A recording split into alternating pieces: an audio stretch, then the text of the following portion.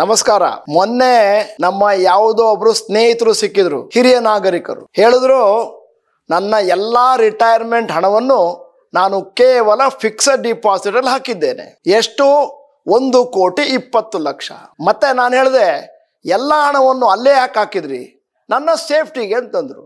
ನಾನು ಯೋಚನೆ ಮಾಡಿದೆ, ಈ ತಪ್ಪನ್ನು ಬಹಳಷ್ಟು ಜನರು ಅವರ ಜೀವನದಲ್ಲಿ ಮಾಡ್ತಾ ಇರ್ತಾರೆ, ಸ್ಪೆಷಲಿ ಹಿರಿಯ ನಾಗರಿಕರು. ಅದಕ್ಕೋಸ್ಕರ ಇವತ್ತಿನ ನಮ್ಮ ಟೈಟಲ್ ಏನು ಅಂತಂದ್ರೆ, ಫಿಕ್ಸಡ್ ಡಿಪಾಸಿಟ್ ಅಲ್ಲಿ ಹಣವನ್ನು ಹಾಕಬೇಡಿ.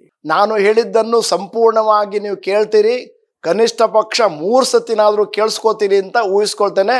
ದಯವಿಟ್ಟು ವಿಡಿಯೋನ ಮತ್ತೊಮ್ಮೆ ಕೇಳಿ ಅರ್ಥ ಮಾಡ್ಕೊಳ್ಳಿ. ನಮ್ಮ ಭಾರತ ದೇಶದ ಸದ್ಯದ ಹಣದ ವಿಂಗಡಣೆ ಹೇಗಿದೆ ಅಂತ ಹೇಳ್ತೇನೆ. ರಿಯಲ್ ಎಸ್ಟೇಟ್ನಲ್ಲಿ ತಮ್ಮ ಉಳಿತಾಯದ 50.7% ಅನ್ನು ಜನ ಹೂಡಿದ್ದಾರೆ. ಚಿನ್ನದಲ್ಲಿ 15.5%, ಫಿಕ್ಸಡ್ ಡಿಪಾಸಿಟ್ ಅಲ್ಲಿ 14, ಅಂದರೆ ಪೋಸ್ಟ್ ಆಫೀಸು, PPF ಇತ್ಯಾದಿ. ಇನ್ಶೂರೆನ್ಸ್ ಅಲ್ಲಿ 5.9, ಪ್ರಾವಿಡೆಂಟ್ ಫಂಡ್, ಪೆನ್ಷನ್ ಫಂಡ್ಗಳಲ್ಲಿ 5.8, ಈಕ್ವಿಟೀಸ್ ಮತ್ತು ಮ್ಯೂಚುವಲ್ ಫಂಡ್ಗಳಲ್ಲಿ 4.7 ಮತ್ತು ಕ್ಯಾಶ್ ಇಟ್ಕೊಂಡದ್ದು ಕೇವಲ 3%. ಸಾಮಾನ್ಯವಾಗಿ ಒಬ್ಬ ವ್ಯಕ್ತಿ ಅವನ ಉಳಿತಾಯದ ಹಣವನ್ನು ಹೇಗೆ ಅಲೋಕೇಟ್ ಮಾಡಿಕೊಳ್ಬೇಕು ಅಂತ ಒಂದು ಸಣ್ಣ ನಿಯಮವನ್ನು ನಿಮ್ಮ ಮುಂದೆ ಇಡ್ತಾ ಇದ್ದೇನೆ. ಸಾಂಕೇತಿಕವಾಗಿ ನಿಮ್ಮ ಉಳಿತಾಯದ ಹಣ 100 ರೂಪಾಯಿ ಅಂತಾದರೆ ನೀವು ಬ್ಯಾಂಕಿನಲ್ಲಿ ಇಡಬೇಕು, PPF ನಲ್ಲಿ ಇಡಬೇಕು 10%, ತೊಂದರೆ ಗಿಂದರೆ ಖರ್ಚು ಗಿರ್ಚು ಇತ್ಯಾದಿ. ಚಿನ್ನದಲ್ಲಿ 5%, ರಿಯಲ್ ಎಸ್ಟೇಟಲ್ಲಿ 50%. ಇದೇನು ರಿಯಲ್ ಎಸ್ಟೇಟಲ್ಲಿ 50% ಅಂತ ನೀವು ಕೇಳ್ಬೋದು. ಯಾಕಂದರೆ ಇವತ್ತಿನ ಸನ್ನಿವೇಶದಲ್ಲಿ ಮಹಾನಗರದಲ್ಲಾಗಲಿ, Tier 2, Tier 3 ನಗರಗಳಲ್ಲಾಗಲಿ ಒಂದು ಸ್ವಂತ ಮನೆ ಅಂತಂದರೆ ಕೋಟಿಗಟ್ಟಲೆ ಬೆಲೆ ಬಾಳುತ್ತೆ. ಅಲ್ಲಿಗೆ ನಮ್ಮ ದುಡ್ಡು 50% ಅಲ್ಲಿಯೇ ಹುದುಗಿ ಹೋಗುತ್ತೆ. ಅದಾದಮೇಲೆ ಮ್ಯೂಚುವಲ್ ಫಂಡಲ್ಲಿ 15, ಶೇರ್ನಲ್ಲಿ 20 ಮತ್ತು ಶೇರ್ನಲ್ಲಿ ಹಾಕಲಿಕ್ಕೆ ನನಗೆ ರಿಸ್ಕ್ ಅಪಿಟೈಟ್ ಇಲ್ಲ ಅಂತಂದರೆ 35% ಹಣವನ್ನು ನೀವು ಮ್ಯೂಚುವಲ್ ಫಂಡಲ್ಲೇ ಹಾಕ್ಬೋದು. ಬ್ಯಾಂಕು, PPF ಮತ್ತು ಪೋಸ್ಟ್ ಆಫೀಸಲ್ಲಿ ನಿಮಗೆ ಸಿಕ್ಕುವಂಥ ಲಾಭ ಅಂದಾಜು 7%. ಮತ್ತು ನಮ್ಮ ದೇಶದ ಹಣದ ಉಬ್ಬರದ ಲೆಕ್ಕ ತಗೊಂಡ್ರೆ 6-8% ಅಂತ ಅಫಿಷಿಯಲ್ ಆಗಿ ಹೇಳ್ತಾರೆ. ಆದರೆ ಫುಡ್ ಇನ್ಫ್ಲೇಷನ್ ಮತ್ತು ಎಜುಕೇಷನಲ್ ಇನ್ಫ್ಲೇಷನ್, ಹಾಸ್ಪಿಟಲ್ ಇನ್ಫ್ಲೇಷನ್ ತಗೊಂಡ್ರೆ ಅದು 10-20% ವರೆಗೂ ಇರುತ್ತೆ. ಆದ್ದರಿಂದ ಇವತ್ತು ನೀವು ಏನು ಹಣವನ್ನು ಪೋಸ್ಟ್ ಆಫೀಸಲ್ಲಿ ಹಾಕಿದ್ರೋ ಆ ಹಣದಲ್ಲಿ ಮುಂದಿನ ವರ್ಷ ಅಕ್ಕಿ, ರಾಗಿ, ಗೋಧಿ, ಹಾಲನ್ನು ಖರೀದಿ ಮಾಡಲಿಕ್ಕಾಗೋದಿಲ್ಲ. ಅರ್ಥ ಏನು ಅಂತಂದರೆ, ಪೋಸ್ಟ್ ಆಫೀಸು, ಫಿಕ್ಸಡ್ ಡಿಪಾಸಿಟು, PPFನಲ್ಲಿ ಹಾಕಿದ ಹಣಕ್ಕೆ ಕ್ಷಯರೋಗ, TB ಕಾಯಿಲೆ ಬರುತ್ತೆ, ವರ್ಷ ಕಮ್ಮಿ ಆಗ್ತಾ ಹೋಗುತ್ತೆ. ಮತ್ತೆ ನೀವೇನಾದರೂ ರಿಟೈರ್ಮೆಂಟಿಗೆ ಅಥವಾ ಇತರ ಪರ್ಪಸ್ಸಿಗೋಸ್ಕರ ಎಲ್ಲ ಹಣವನ್ನು ಫಿಕ್ಸಡ್ ಡಿಪಾಸಿಟ್ ಇಡ್ತೇನೆ ಅಂತಂದರೆ ತಪ್ಪಾಗುತ್ತೆ.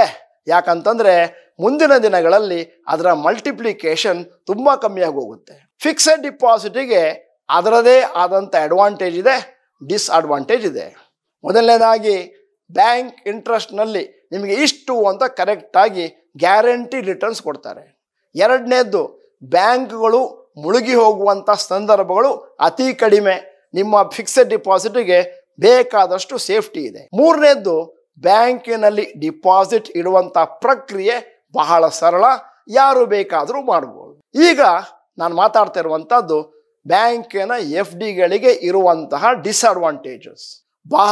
ಬಹಳ ಕಮ್ಮಿ ಇಂಟ್ರೆಸ್ಟ್ ರೇಟು.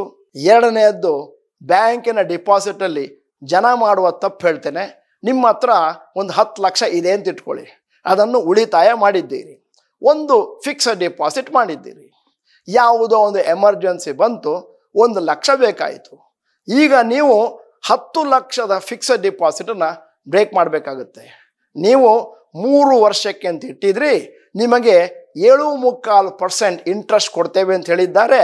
ಈಗ ನೀವು 1 ವರ್ಷದ ಒಳಗೆ ಅದನ್ನೇನಾದರೂ ಕಟ್ ಮಾಡಿದ್ರೆ ಪೆನಾಲ್ಟಿ ಅಂತ ಹೇಳ್ಬಿಟ್ಟು ಅದೇನು 6 ತಿಂಗಳಿಗೆ 1 ವರ್ಷಕ್ಕೆ ಕೊಡ್ತಾರೋ ಆ ಇಂಟ್ರೆಸ್ಟನ್ನು ಮಾತ್ರ ಕೊಡ್ತಾರೆ, ಉಳಿದದ್ದನ್ನು ಕಟ್ ಮಾಡ್ತಾರೆ. ಇದು ಒಂದು ಡಿಸ್ಅಡ್ವಾಂಟೇಜ್. ಅದರಿಂದಾಗಿ ಯಾರು FDಯಲ್ಲಿ ಹಾಕ್ತಾರೋ ಅವ್ರು ಏನು ತಿಳ್ಕೊಬೇಕು ಅಂತಂದರೆ, ನನ್ನ ಹತ್ರ 10 ಲಕ್ಷ ಇದ್ದರೆ 5 ಲಕ್ಷದ ಒಂದು FD, 2 ಲಕ್ಷದ ಒಂದು ಎಫ್ ಡಿ, ಇನ್ನೊಂದು 2 ಲಕ್ಷದ ಎಫ್ ಡಿ ಮತ್ತು 1 ಲಕ್ಷದ ಎಫ್ ಡಿ ಅಂತ ಮಾಡಿದ್ರೆ ನಿಮಗೇನಾದರೂ 1 ಲಕ್ಷ ಬೇಕು ಅಂತಂದರೆ 1 ಲಕ್ಷದ ಎಫ್ ಡಿಯನ್ನು ಮಾತ್ರ ನೀವು ಡಿಸ್ಟರ್ಬ್ ಮಾಡ್ಬೋದು. ಇನ್ನೂ ಒಂದು ದೊಡ್ಡ ಡಿಸ್ಅಡ್ವಾಂಟೇಜ್ ಬ್ಯಾಂಕಿನ ಎಫ್ ಡಿ ಏನು ಅಂತಂದರೆ, ಬ್ಯಾಂಕಿನ ಎಫ್ ಡಿ, ಪೋಸ್ಟ್ ಆಫೀಸು ಅದರಲ್ಲಿ ಬಂದ ಹಣಕ್ಕೆ ನೀವು ನಿಮ್ಮ ಸ್ಲ್ಯಾಬ್ ಪ್ರಕಾರ ಆದಾಯ ತೆರಿಗೆ ಕಟ್ಟಬೇಕಾಗ್ತದೆ. ಅಂದರೆ 10%, 20%, 30%. ನಿಮಗೇನಾದರೂ 7.5% ಬರ್ತಾ ಇದೆ ಅಂತಂದರೆ 30% ತೆರಿಗೆಯನ್ನು ಕಟ್ ಮಾಡಿದ ಮೇಲೆ ನಿಮ್ಮ ಹತ್ರ ಉಳ್ಕೊಳ್ಳೋದು ಬಹುಶಃ 5ರಿಂದ 5.5% ಮಾತ್ರ. ಅಲ್ಲಿಗೆ ಇನ್ಫ್ಲೇಷನ್ಗಿಂತ ಕಮ್ಮಿ ಆಗೋಯ್ತು. ಬ್ಯಾಂಕಿನ ಎಫ್ ಡಿಗೆ ಇನ್ನೂ ಒಂದು ದೊಡ್ಡ ಡಿಸ್ಅಡ್ವಾಂಟೇಜ್ ಇದೆ. ವರ್ಷಗಳು ಉರುಳ್ತಾ ಇದ್ದ ಹಾಗೆ ಬ್ಯಾಂಕಿನ ಎಫ್ ಡಿಯ ರೇಟು ಕಮ್ಮಿ ಆಗ್ತಾ ಹೋಗುತ್ತೆ. ಭಾರತ ಡೆವಲಪ್ಡ್ ಕಂಟ್ರಿ ಆಯಿತು ಅಂತಂದರೆ ಬಹುಶಃ ಅಮೇರಿಕಾದಲ್ಲಿ ಮತ್ತು ದುಬೈನಲ್ಲಿ ಮತ್ತು ಬೇರೆ ದೇಶಗಳಲ್ಲಿದ್ದ ಹಾಗೆ ನಿಮ್ಮ ಎಫ್ ಡಿ ರೇಟು ಕಡಿಮೆಯಾಗಿ ಕೊನೆಗೆ ಒಂದು ದಿವಸ 2.5ರಿಂದ 3.5%ಗೂ ಬರುವಂಥ ಚಾನ್ಸಸ್ ಇದೆ. ಅಲ್ಲಿಗೆ ಇನ್ಫ್ಲೇಷನನ್ನು ಕೂಡ ಬೀಟ್ ಮಾಡೋದಿಲ್ಲ. ಬ್ಯಾಂಕಿನ ಎಫ್ ಡಿಗಳು ಯಾರಿಗೆ ಸೂಟೇಬಲ್? ಉದಾಹರಣೆಗೆ ಮುಂದಿನ ವರ್ಷ ನೀವೊಂದು ಕಾರನ್ನು ಪರ್ಚೇಸ್ ಮಾಡಬೇಕಂತ ಇದ್ದೀರಿ. ಸದ್ಯಕ್ಕೆ ನಿಮ್ಮ ಹತ್ರ 4 ಲಕ್ಷ ಇದೆ. ಅದನ್ನೇನಾದರೂ ನೀವು ಶೇರ್ನಲ್ಲಿ ಮ್ಯೂಚುವಲ್ ಫಂಡಲ್ಲಿ ಹಾಕಿದ್ರೆ ಮಾರುಕಟ್ಟೆ ಬಿತ್ತು ಅಂತಾದರೆ ನಿಮ್ಮ ಹಣ 4 ಲಕ್ಷ ಇರುವಂಥದ್ದು ಫಟ್ ಅಂತೇಳಿ 2.25 ಲಕ್ಷ ಆಗ್ಬೋದು, 3 ಲಕ್ಷ ಆಗ್ಬೋದು. ಅಲ್ಲಿಗೆ ಕಾರು ಕೊಳ್ಳುವುದು ನಿಂತು ಹೋಯಿತು. ಆದ್ದರಿಂದ ಅಂಥ ಹಣವನ್ನು ಏನಿದ್ದರೂ ಕೂಡ 1 ವರ್ಷಕ್ಕೆ 2 ವರ್ಷಕ್ಕೆ ಅನ್ನುವಂಥ ಹಣವನ್ನು ಬ್ಯಾಂಕಿನ ಎಫ್ ಡಿಯಲ್ಲೇ ಹಾಕಬೇಕು. ಯಾಕಂದರೆ ನಿಮ್ಮ ಕ್ಯಾಪಿಟಲ್ ಸೇಫ್ ಆಗಿರುತ್ತೆ. ಇನ್ನು ಯಾರಿಗೆ ಬ್ಯಾಂಕ್ ಡಿಪಾಸಿಟ್ ಸೂಕ್ತ ಅಂತಂದರೆ, ನಾನು ಏನೂ ಸಂಶೋಧನೆ ಮಾಡಲಿಕ್ಕೆ ತಯಾರಿಲ್ಲ ಮತ್ತು ನನಗೆ ಸೇಫ್ಟಿ ಬೇಕೇ ಬೇಕು ಮತ್ತು ನಾನು ಏನನ್ನು ತಿಳ್ಕೊಳ್ಳಿಕ್ಕೆ ರೆಡಿ ಇಲ್ಲ ಅಂತಂದರೆ ಆವಾಗ ಹಣವನ್ನು ನೀವು ಬ್ಯಾಂಕಿನ ಎಫ್ ಡಿಯಲ್ಲಿ ಹಾಕೋದು ಅತಿ ಉಚಿತ. ಬ್ಯಾಂಕಿನ ಎಫ್ ಡಿ ಯಾರಿಗೆ ಉಚಿತವಲ್ಲ ಅಂತ ಹೇಳ್ತಾ ಇದ್ದೇನೆ. ಉದಾಹರಣೆಗೆ ನಿಮಗೆ ಜಾಸ್ತಿ ಪ್ರಾಫಿಟ್ ಬರಬೇಕು ಅಂತ ಆಸೆ ಇದೆ. ನೀವೀಗ ಒಂದಷ್ಟು ಹಣವನ್ನು ಉಳಿತಾಯ ಮಾಡಿದ್ದೀರಿ, 5 ಲಕ್ಷ ಅಂತ ಇಟ್ಕೊಳ್ಳೋಣ. ಉದಾಹರಣೆಗೆ 5 ಲಕ್ಷ ಅಂತ ಯಾಕೆ ಹೇಳ್ತೀನಿ ಅಂತಂದರೆ, ಸಾಮಾನ್ಯವಾಗಿ ನಾವು ಬಾಯಿ ತಪ್ಪಿ 20 ಲಕ್ಷ 30 ಲಕ್ಷ ಅಂತ ಮಾತಾಡ್ತೇವೆ. ಜನ ಹೇಳ್ತಾರೆ, ಓ ಡಾಕ್ಟರ್ ಭರತ್ ಚಂದ್ರ ಕೇವಲ ಶ್ರೀಮಂತರ ಸಲುವಾಗಿ ಮಾತಾಡ್ತಾರೆ, ಅದರಿಂದಾಗಿ 5 ಲಕ್ಷ ಅಂತ ಮಾತಾಡ್ತೇನೆ. ಈ 5 ಲಕ್ಷ ರೂಪಾಯಿ ನಿಮ್ಮ ಮದುವೆಗೆ ಬೇಕಾದ ಹಣ ಅಂತ ಇಟ್ಕೊಳ್ಳೋಣ, ಆವಾಗ ಎಫ್ ಡಿಲಿ ಹಾಕಬೇಕಾಗುತ್ತೆ. ಅಕಸ್ಮಾತು ಈ 5 ಲಕ್ಷ ರೂಪಾಯಿ ನಿಮಗೆ ಸದ್ಯಕ್ಕೆ ಬೇಕಾಗಿಲ್ಲ, ಇನ್ನು 5-6 ವರ್ಷ ಅದರ ಅಗತ್ಯತೆ ಇಲ್ಲ ಅಂತಂದರೆ ಅದನ್ನು ಯಾವುದೇ ಕಾರಣಕ್ಕೂ ನೀವು ಬ್ಯಾಂಕಿನ ಎಫ್ ಡಿಯಲ್ಲಿ ಹಾಕಬಾರ್ದು. ಅದನ್ನು ಮ್ಯೂಚುವಲ್ ಫಂಡ್ಗಳಲ್ಲಿ ತೊಡಗಿಸುವುದು ಅತಿ ಉಚಿತ. ಸೇಬಿಯವರು ಹೇಳ್ತಾರೆ, ಮ್ಯೂಚುವಲ್ ಫಂಡ್ ಅನ್ನುವಂಥದ್ದು ಮಧ್ಯಮ ವರ್ಗದ ಜನರಿಗೆ ಒಂದು ದೊಡ್ಡ ವರದಾನ. ಮತ್ತೆ ಇನ್ನೂ ಬಹಳಷ್ಟು ಜನರನ್ನು ನೋಡಿದ್ದೇನೆ, ವಯಸ್ಸು 60-65, ಪೆನ್ಷನ್ ಬರ್ತಾ ಇದೆ, ಒಂದಷ್ಟು ಬಾಡಿಗೆ ಕೂಡ ಬರ್ತಾ ಇದೆ, ತಿಂಗಳ ಖರ್ಚು ನನಗೆ ಒಂದು 50,000 ಅಂತಿದ್ರೆ 50,000 ನನಗೆ ಜಮಾ ಆಗ್ತಾ ಇದೆ. ಸದ್ಯದ ಮಟ್ಟಿಗೆ ನನಗೆ ಫಿಕ್ಸಡ್ ಡಿಪಾಸಿಟ್ ಇರುವ ದುಡ್ಡು ಬೇಕೇ ಬೇಕಾಗಿಲ್ಲ. ಇದೇನಿದ್ದರೂ ಕೂಡ ಮುಂದಿನ ದಿನಗಳಲ್ಲಿ ಮಕ್ಕಳಿಗೆ ಬಳುವಳಿಯಾಗಿ ಕೊಡುವಂಥ ಹಣ ಅಂತಿದ್ರೆ ದಯವಿಟ್ಟು ಫಿಕ್ಸಡ್ ಡಿಪಾಸಿಟಲ್ಲಿ ಪೋಸ್ಟ್ ಆಫೀಸಲ್ಲಿ ಹಾಕಲೇಬೇಡಿ. ಯಾಕಂದರೆ 5, 10, 15 ವರ್ಷ ಆದರೂ ಕೂಡ ಅದರಲ್ಲಿ ಬರುವಂಥ ಅಭಿವೃದ್ಧಿ ಭಾರಿ ಕಡಿಮೆ. ಅದನ್ನು ನೀವು ಮ್ಯೂಚುವಲ್ ಫಂಡಲ್ಲಿ ಹಾಕಿದ್ರೆ ಬಹುಶಃ ಒಂದು 4ರಿಂದ 6 ವರ್ಷದ ಒಳಗೆ ಡಬಲ್ ಆಗುತ್ತೆ. ಪ್ಲಸ್ ಅದರಲ್ಲಿ ಕಟ್ಟುವಂಥ ಆದಾಯ ತೆರಿಗೆ, ಕ್ಯಾಪಿಟಲ್ ಗೇನ್ಸ್ ಕೂಡ ತುಂಬ ಕಮ್ಮಿ. ಮತ್ತೆ ಇನ್ನೂ ಒಂದು ಕಾರಣ ಇದೆ, ನೀವು ಹಣವನ್ನು ಫಿಕ್ಸಡ್ ಡಿಪಾಸಿಟ್ ಯಾಕೆ ಇಡಬಾರ್ದು. ನೀವೇನಾದರೂ 30% ತೆರಿಗೆಯನ್ನು ಕಟ್ಟುವಂಥ ಬ್ರ್ಯಾಕೆಟಲ್ಲಿದ್ದು ಫಿಕ್ಸಡ್ ಡಿಪಾಸಿಟಲ್ಲಿ ಹಣವನ್ನು ಹಾಕಿದಾಗ ಅಲ್ಲಿ ಬಂದ ಲಾಭಕ್ಕೆ ನೀವು 30%ವರೆಗೂ ತೆರಿಗೆಯನ್ನು ಕಟ್ಟಬೇಕಾಗ್ತದೆ. ಇನ್ನೂ ಒಂದು ಕಾರಣ ಇದೆ, ನೀವು ಫಿಕ್ಸಡ್ ಡಿಪಾಸಿಟಲ್ಲಿ ಯಾಕೆ ಹಣವನ್ನು ಹಾಕಬಾರ್ದು. ಒಂದಾನೊಂದು ಕಾಲದಲ್ಲಿ ಒಂದು ಅಂದಾಜು 25ರಿಂದ 30 ವರ್ಷಗಳ ಕೆಳಗೆ ಫಿಕ್ಸಡ್ ಡಿಪಾಸಿಟಿಗೆ ನಮ್ಮ ದೇಶದಲ್ಲಿ 12ರಿಂದ 14% ಕೊಡ್ತಾ ಇದ್ರು. ಈಗ ಸದ್ಯಕ್ಕೆ 7ರಿಂದ 8, ಸ್ವಲ್ಪ ವರ್ಷಗಳ ಕೆಳಗೆ 4-5 ತಲುಪಿತ್ತು. ಇನ್ನು 3-4 ವರ್ಷದ ಮೇಲೆ ಪುನಃ ಅತಿ ಕಡಿಮೆ ಬೆಲೆಗೆ ಹೋಗುವಂಥ ಎಲ್ಲ ಸನ್ನಿವೇಶಗಳು ಮತ್ತು ಚಾನ್ಸಸ್ಸು ಇದೆ. ಆದ್ದರಿಂದ ಇನ್ಫ್ಲೇಷನನ್ನು ಬೀಟ್ ಮಾಡಬೇಕು ಲಾಂಗ್ ಟರ್ಮಲ್ಲಿ ಅಂತಂದರೆ ನೀವು ಹಣವನ್ನು ಏನಿದ್ದರೂ ಕೂಡ ಮ್ಯೂಚುವಲ್ ಫಂಡ್ಗಳಲ್ಲಿ ಹಾಕಬೇಕಾಗ್ತದೆ. ಬಹಳಷ್ಟು ಜನ ದೊಡ್ಡ ಮೊತ್ತದ ಹಣವನ್ನು ಪಬ್ಲಿಕ್ ಪ್ರಾವಿಡೆಂಟ್ ಫಂಡ್ನಲ್ಲಿ ಇಟ್ಟಿರ್ತಾರೆ ಮತ್ತು ಇನ್ಶೂರೆನ್ಸ್ ಕಂಪನಿಗಳಲ್ಲಿ ಹೂಡಿರ್ತಾರೆ. ಅದು ನೀವು ಮಾಡ್ತಾ ಇರುವಂಥ ತಪ್ಪು. ಯಾಕಂತಂದರೆ ಇನ್ಶೂರೆನ್ಸ್ ಮತ್ತು ಪಬ್ಲಿಕ್ ಪ್ರಾವಿಡೆಂಟ್ ಫಂಡ್ ಬಹಳ ಉದ್ದದ ಇನ್ಸ್ಟ್ರೂಮೆಂಟ್. ಅಂದರೆ ನೀವು 60 ವರ್ಷಕ್ಕೆ ನನಗೆ ಇಷ್ಟು ಹಣ ಬೇಕು ಅಂತ ನೀವು ಪ್ಲ್ಯಾನ್ ಮಾಡಿರೋದು. ನೀವೇನಾದರೂ ಆ ಹಣವನ್ನು ಪಬ್ಲಿಕ್ ಪ್ರಾವಿಡೆಂಟ್ ಫಂಡಿಂದ ಸಾಲವಾಗಿ ಪಡೆದು ಅಥವಾ ವಿಡ್ರಾ ಮಾಡಿಕೊಂಡು ಹಾಗೆಯೇ ಇನ್ಶೂರೆನ್ಸಿಂದ ಒಂದಷ್ಟು ಹಣವನ್ನು ನೀವು ಸಾಲವಾಗಿ ಪಡೆದು ಆ ಹಣವನ್ನು ಅಷ್ಟೇ ಉದ್ದಕ್ಕೆ ಮ್ಯೂಚುವಲ್ ಫಂಡಲ್ಲಿ ಹಾಕ್ತೀನಿ ಅಂತಂದರೆ ನಿಮಗೆ ಅತಿ ಜಾಸ್ತಿ ಲಾಭ ಬರುತ್ತೆ. ಅದರ ಬಗ್ಗೆ ಒಂದಷ್ಟು ಜಾಸ್ತಿ ಡೀಟೇಲ್ಸ್ನ ಇನ್ನು ಸ್ವಲ್ಪ ಸಮಯದಲ್ಲಿ ಕೊಡ್ತೇನೆ. ಈಗ ಮ್ಯೂಚುವಲ್ ಫಂಡ್ಗಳಲ್ಲಿ ಹಾಕಿದಾಗ ಯಾವ ರೀತಿ ನಿಮಗೆ ಕ್ಯಾಪಿಟಲ್ ಗೇನ್ಸ್ ಟ್ಯಾಕ್ಸ್ ಬರುತ್ತೆ.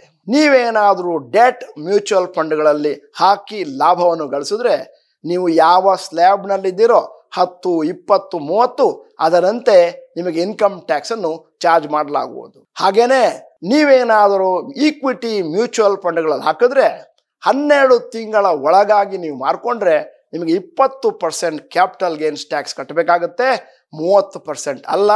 ಮತ್ತು ಅಕಸ್ಮಾತ್ ಹಣವನ್ನು 12 ತಿಂಗಳ ಮೇಲೆ ನಾನು ತೆಗಿತೇನೆ ಅಂತಂದರೆ ಆವಾಗ ನಿಮಗೆ ಬೀಳುವಂಥ ಕ್ಯಾಪಿಟಲ್ ಗೇನ್ಸ್ ಟ್ಯಾಕ್ಸ್ ಕೇವಲ 12.5% ಮಾತ್ರ.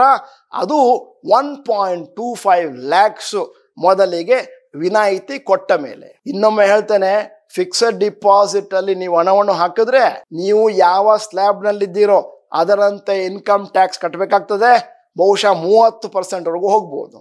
ಮ್ಯೂಚುವಲ್ ಫಂಡಲ್ಲಿ 1 ವರ್ಷದ ಮೇಲೆ ಮಾರ್ಕೋತೀನಿ ಅಂತಂದರೆ ಲಾಭವೋ ನಷ್ಟವೋ ನೀವು ಕೇವಲ ಕಟ್ಟುವಂಥದ್ದು 12.5% ಆಗುತ್ತೆ. ಈಗ ಯಾವ ಮ್ಯೂಚುವಲ್ ಫಂಡ್ಗಳು ಯಾರಿಗೆ ಸೂಕ್ತ? ನಾನು ಯಾವ ರಿಸ್ಕನ್ನು ತೆಗೆದುಕೊಳ್ಳಲಿಕ್ಕೆ ರೆಡಿ ಇಲ್ಲ. ಮಾರುಕಟ್ಟೆಯ ಏರಿಳಿತಗಳು ನನಗೆ ಕಂಡ್ರೆ ಆಗಲ್ಲ, ಭಯ ಇದೆ ಅಂತಂದರೆ ನಾನು ನಿಮಗೆ ಸಲಹೆ ಕೊಡುವಂಥದ್ದು ಕಡಿಮೆ ರಿಸ್ಕ್ ಇರುವಂಥದ್ದು ಡೆಟ್ ಫಂಡ್. ಡೆಟ್ ಫಂಡ್ ಅಂದರೆ DEBT ಫಂಡ್, ಡೆತ್ ಫಂಡ್ ಅಲ್ಲ. ಮತ್ತೆ ಡೆಟ್ ಫಂಡಲ್ಲಿ ಹಾಕಿದಾಗ ಆ ಮ್ಯೂಚುವಲ್ ಫಂಡ್ ಅವರು ನಿಮ್ಮ ಹಣವನ್ನು ಕೇವಲ ಬ್ಯಾಂಕಿನ ಇನ್ಸ್ಟ್ರೂಮೆಂಟ್ಗಳಲ್ಲಿ ಡಿಪಾಸಿಟ್ಗಳು ಹಾಕ್ತಾರೆ. ಬ್ಯಾಂಕಿನಲ್ಲಿ ಏನು ಬಡ್ಡಿ ಬರುತ್ತೋ ಆಲ್ಮೋಸ್ಟ್ ಅದೇ ಥರನೇ ನಿಮಗೆ ರಿಟರ್ನ್ಸ್ ಈ ಮ್ಯೂಚುವಲ್ ಫಂಡಲ್ಲಿ ಸಿಗುತ್ತೆ ಮತ್ತು 30% ಟ್ಯಾಕ್ಸ್ ಕಟ್ಟಬೇಕಾಗ್ತದೆ. ನಿಮಗೆ ಮೀಡಿಯಂ ರಿಸ್ಕ್ ಇದೆ ಅಂತಂದರೆ ಹೈಬ್ರಿಡ್ ಫಂಡಲ್ಲಿ ಹಾಕ್ಬೋದು. ಅವರು ಒಂದಷ್ಟು ದೊಡ್ಡ ಪೋರ್ಷನನ್ನು ಬ್ಯಾಂಕ್ನಲ್ಲಿ ಹಾಕ್ತಾರೆ, ಒಂದಷ್ಟು ಸ್ಮಾಲ್ ಪೋರ್ಷನನ್ನು ಸ್ಟಾಕ್ ಮಾರ್ಕೆಟಲ್ಲಿ ಹಾಕ್ತಾರೆ. ಆವಾಗ ನಿಮಗೆ ಬ್ಯಾಂಕಿನ ಡಿಪಾಸಿಟ್ಗಿಂತ ಜಾಸ್ತಿ ಹಣ ಬರುತ್ತೆ. ಮತ್ತು ಹೈ ರಿಸ್ಕ್, ಈ ದುಡ್ಡು ನನಗೆ ಇನ್ನು 5 ವರ್ಷ ಬೇಡ, 10 ವರ್ಷ ಬೇಡ ಅಂತಂದರೆ ನೀವಾಗ ಈಕ್ವಿಟಿ ಮ್ಯೂಚುವಲ್ ಫಂಡ್ಗಳು ಹಾಕಿದ್ರೆ ನಿಮಗೆ ಜಾಸ್ತಿ ಪ್ರಾಫಿಟ್ ಬರುತ್ತೆ. ನಾನಿಗೆ ಇಷ್ಟು ಬರುತ್ತೆ ಅಷ್ಟು ಬರುತ್ತೆ ಅಂತಂದರೆ ನಿಮಗೆ ಅರ್ಥ ಆಗದೆ ಇರ್ಬೋದು. ಅದಕ್ಕೋಸ್ಕರ ಡೆಟ್ ಫಂಡ್ಗಳಲ್ಲಿ ನಾನು ನಿಮ್ಮ ಮುಂದೆ ಫಂಡ್ ABC ಅಂತ ಲಾಭವನ್ನು ತೋರಿಸ್ತಾ ಇದ್ದೇನೆ. ಫಂಡ್ A ನಮ್ಮ ದೇಶದ ಅತಿ ಒಳ್ಳೆಯ ಡೆಟ್ ಫಂಡಲ್ಲಿ 7.83, ಫಂಡ್ B 7.63, ಫಂಡ್ C 7.45% ಕೊಟ್ಟಿದೆ 10 ವರ್ಷದ ಅವಧಿಯಲ್ಲಿ. ನೀವೇನಾದರೂ ಹೈಬ್ರಿಡ್ ಈಕ್ವಿಟಿ ಫಂಡಲ್ಲಿ ಹಾಕ್ತೀನಿ ಅಂತಂದರೆ ಫಂಡ್ A 10 ವರ್ಷ ರಿಟರ್ನ್ಸ್ 16.14, ಫಂಡ್ B ಯಲ್ಲಿ 15.85, ಫಂಡ್ C 14.72. ನಾನು ಇಲ್ಲಿ ಫಂಡ್ಗಳನ್ನು ABC ಅಂತ ಹೇಳ್ತಾ ಇದ್ದೇನೆ.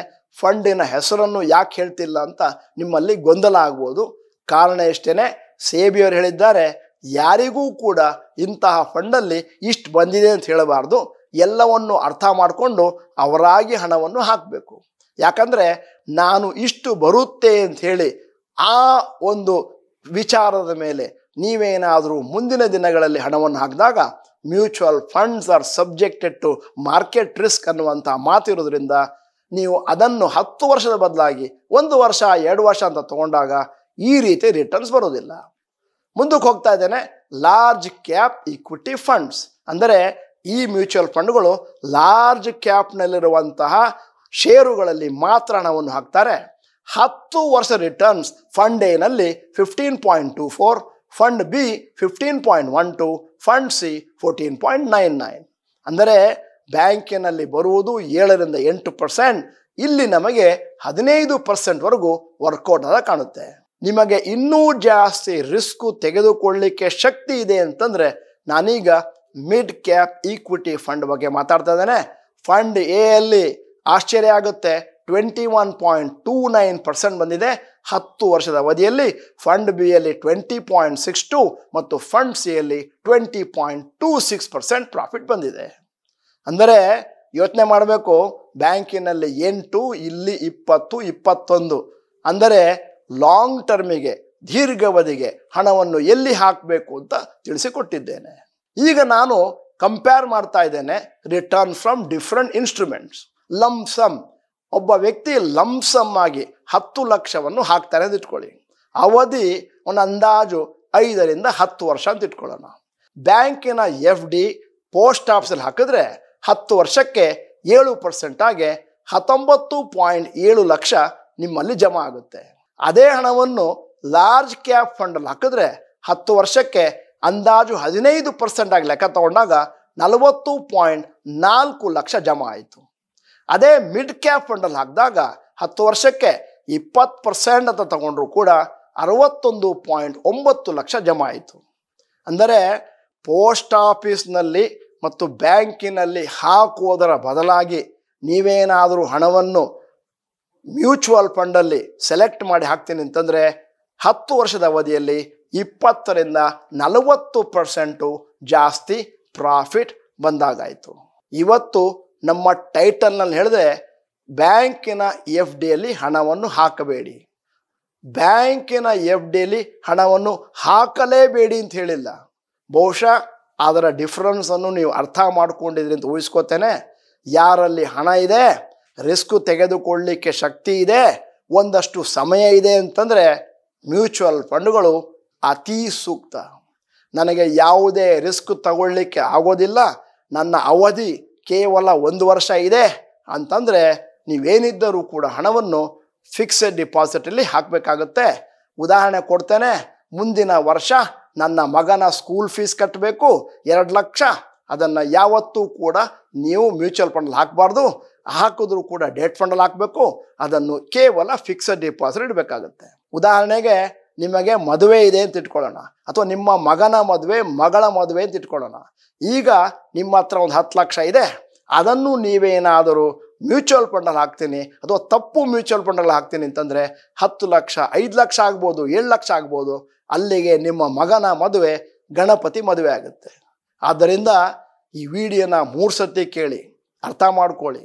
ಫಿಕ್ಸೆಡ್ ಡಿಪಾಸಿಟಲ್ಲಿ ಹಣವನ್ನು ಹಾಕಬೇಡಿ ಅಂತ ಸಾರಾಸಗಟಾಗಿ ಹೇಳಿದ್ದೇನೆ. ಯಾಕಂದರೆ ಈ ಕಾರಣಗಳಿಂದಾಗಿ ಹಾಕಲೇಬೇಡಿ ಅಂತ ಹೇಳಿಲ್ಲ, ಅದನ್ನು ಯೋಚನೆ ಮಾಡುವಂಥ ಶಕ್ತಿ ನಿಮ್ಮಲ್ಲಿರಬೇಕು. ಹಣವನ್ನು ಸರಿಯಾಗಿ ಬಳಸಿದ್ರೆ ಒಳ್ಳೆಯ ಪ್ರಾಫಿಟನ್ನು ಮಾಡ್ಬೋದು. ಕೇವಲ ಎಲ್ಲ ಹಣವನ್ನು ನೀವು ಫಿಕ್ಸೆಡ್ ಡಿಪಾಸಿಟ್ ಹಾಕ್ತೀನಿ ಅಂತಂದರೆ ಬಹುಶಃ ವರ್ಷ ನಿಮ್ಮ ಹಣ ಕಮ್ಮಿ ಆಗ್ತಾ ಹೋಗುತ್ತೆ. ಕರ್ನಾಟಕ ಟಿವಿಯವರಿಗೆ ಅಭಿನಂದನೆಗಳನ್ನು ಸಲ್ಲಿಸ್ತಾ ಇದ್ದೇನೆ. ಯಾಕಂತಂದರೆ ಬಹುಶಃ ಪ್ರಥಮ ಬಾರಿಗೆ ಫೈನಾನ್ಸ್ ರಿಲೇಟೆಡ್ ಟಾಪಿಕ್ಕಿನ ಮೇಲೆ ಒಂದಷ್ಟು ವಿಡಿಯೋಗಳನ್ನು ಮಾಡ್ತಾ ಇದ್ದಾರೆ. ಈ ವಿಡಿಯೋನ ನೋಡಿದ ಮೇಲೆ ನೀವು ಸಕಾರಾತ್ಮಕವಾಗಿ ಕಮೆಂಟ್ ಬಾಕ್ಸ್ನಲ್ಲಿ ಸ್ಪಂದಿಸುತ್ತೀರಿ, ಒಂದಷ್ಟು ಪ್ರಶ್ನೆಗಳನ್ನು ಕೇಳ್ತೀರಿ. ಮತ್ತು ಈ ಎಪಿಸೋಡ್ನಲ್ಲಿರುವಂಥ ವಿಷಯ ಚೆನ್ನಾಗಿತ್ತು, ಇದರಿಂದ ನಾನು ಸುಮಾರು ವಿಷಯಗಳನ್ನು ಅರ್ಥ ಮಾಡ್ಕೊಂಡಿದ್ದೇನೆ, ಬೇರೆಯವರಿಗೆ ಇದನ್ನು ನಾನು ಫಾರ್ವರ್ಡ್ ಮಾಡಿದ್ದೇನೆ ಅಂತ ನನಗೆ ತಿಳಿದು ಬಂದರೆ ಬಹುಶಃ ಮುಂದಿನ ದಿನಗಳಲ್ಲಿ ಈ ಥರದ ಉಪಯುಕ್ತವಾದಂಥ ಹಲವು ಈ ಥರ ಎಪಿಸೋಡ್ಗಳನ್ನು ಮಾಡ್ತೇವೆ. ನಮಸ್ಕಾರ.